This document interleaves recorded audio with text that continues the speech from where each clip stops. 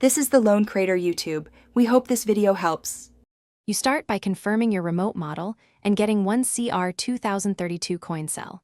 Once confirmed, power off the Apple TV and place the remote face down on a soft cloth. Use a coin or small flathead in the slot at the back and twist gently to release the thin sliding cover. You don't need force. Once the cover pops, slide it off and expose the battery. Make sure to note the battery orientation before removal so you can replace it correctly. You'll remove the old battery by lifting it out from the exposed well and observing the positive side orientation. This matters for operation.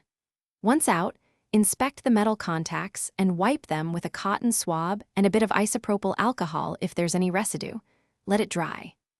Now place the new CR2032 in the same orientation, pressing it flat into the compartment so it sits flush. Make sure it's firmly seated, and that nothing is. Once the new battery is in, slide the back cover back on until it clicks into place.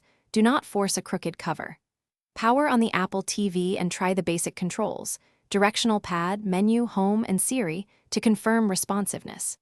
If the remote doesn't react, remove the cover and double-check battery orientation and contact cleanliness. Once done, restart the Apple TV and try repairing the remote if needed. If problems persist, replace the battery again or test with a known good CR2032. Thanks for watching. Consider subscribing if we helped you.